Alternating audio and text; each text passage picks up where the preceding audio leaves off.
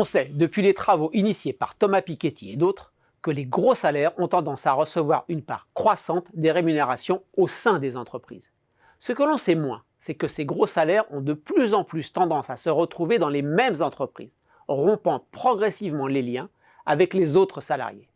Une ségrégation croissante particulièrement marquée en France, comme le montre une vaste étude sur 11 pays dirigée par le chercheur Olivier Gaucho à la tête d'une équipe de plus de 20 personnes.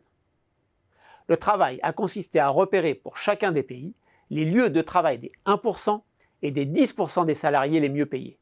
Le phénomène de séparation salariale apparaît alors comme une tendance généralisée, mais plus ou moins marquée selon les pays.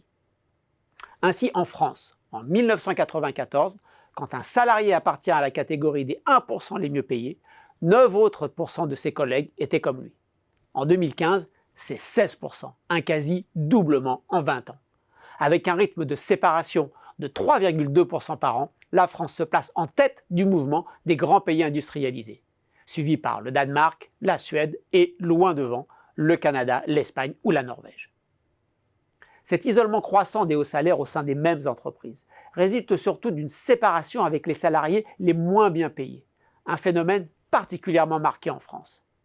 A l'inverse, les liens entre les 25% de salariés les moins bien payés et les 25% juste au-dessus ont eu tendance à augmenter dans la période sous revue.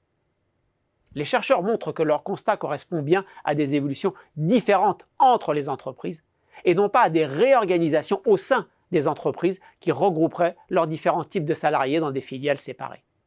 Si le phénomène concerne tous les types de firmes, il apparaît néanmoins beaucoup plus marqué, 2 fois plus fort, dans les entreprises de moins de 200 personnes que dans les plus grandes. Comment s'expliquent ces évolutions?